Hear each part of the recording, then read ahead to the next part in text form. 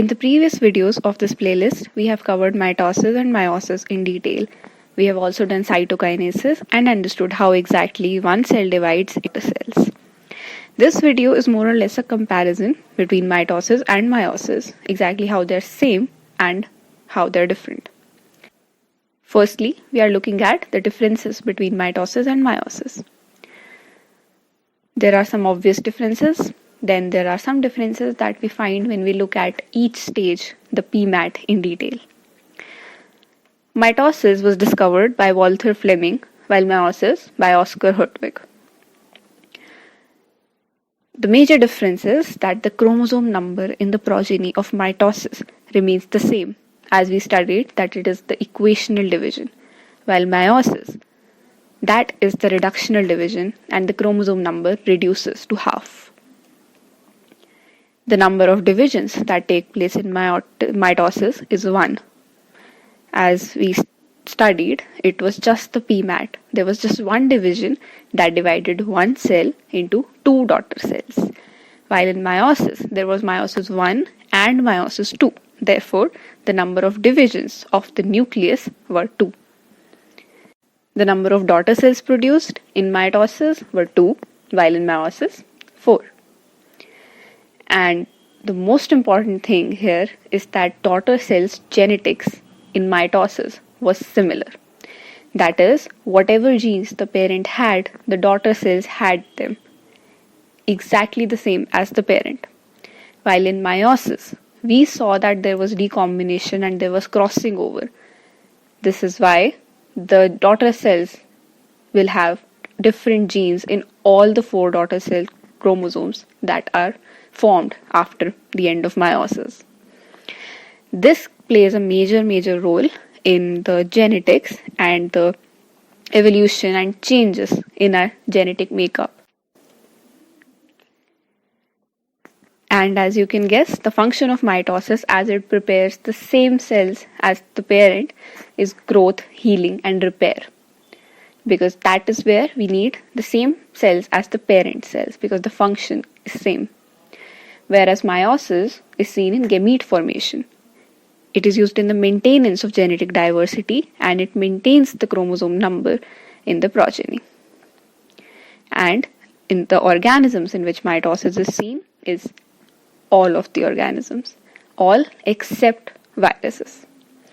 Viruses, as you might already know, are on the borderline of living and non-living, and they don't exactly divide as normal cells do. They divide with the help of some host cells. Meiosis, whereas, is seen only in plants, animals, and fungus. The next major difference is their location of occurrence.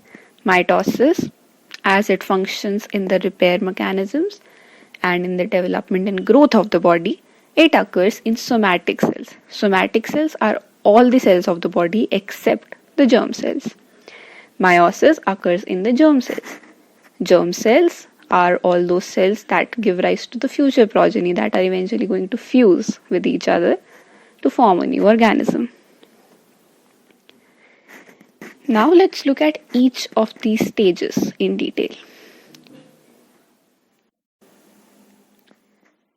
Prophase in mitosis is much shorter than in meiosis. And pairing or crossing over does not occur in mitosis, whereas it is a very prominent part of meiosis.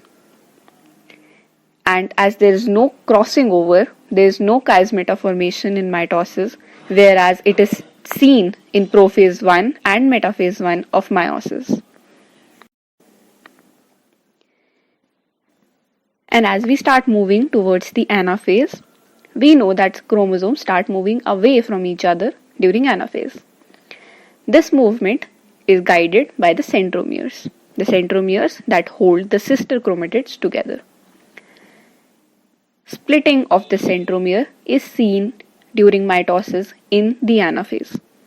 In meiosis, the splitting does occur, but it occurs only during the anaphase 2 and not in 1.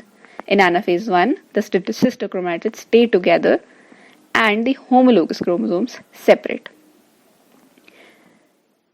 And as I just said, During anaphase, sister chromatids are separated during mitosis, while sister chromatids move to the same pole during anaphase 1 in meiosis, while in 2 they are separated. Spindle fiber was the fiber that helps with this separation of the sister chromatids. This spindle fiber forms before the karyokinesis start. This disappears completely in telophase in mitosis. Whereas, as we know that after meiosis 1, there is also a stage of meiosis 2. Therefore, this spindle fiber does not disappear completely during telophase 1.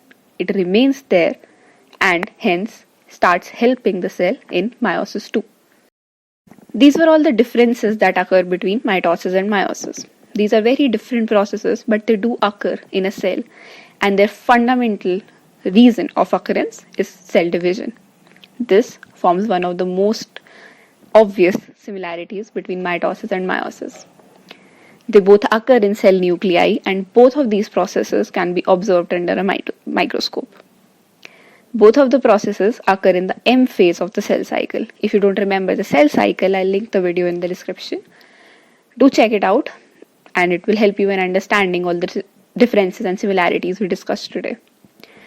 They consist of the same steps: the interphase, prophase, metaphase, anaphase, and telophase. However, these steps do occur twice in meiosis. Meiosis 2 and mitosis are also exactly the same. It is the same process of splitting up of sister chromatids to the two opposite poles, and after that formation of two different nuclei. Cytokinesis marks the end of both mitosis and meiosis. These are the similarities between these two processes. In the future videos, we are going to talk about the regulation and control of the cell cycle. If you like this video, don't forget to press the like button, and if you haven't subscribed yet, let's do it now. We have a lot of biology to discuss. Thanks for watching.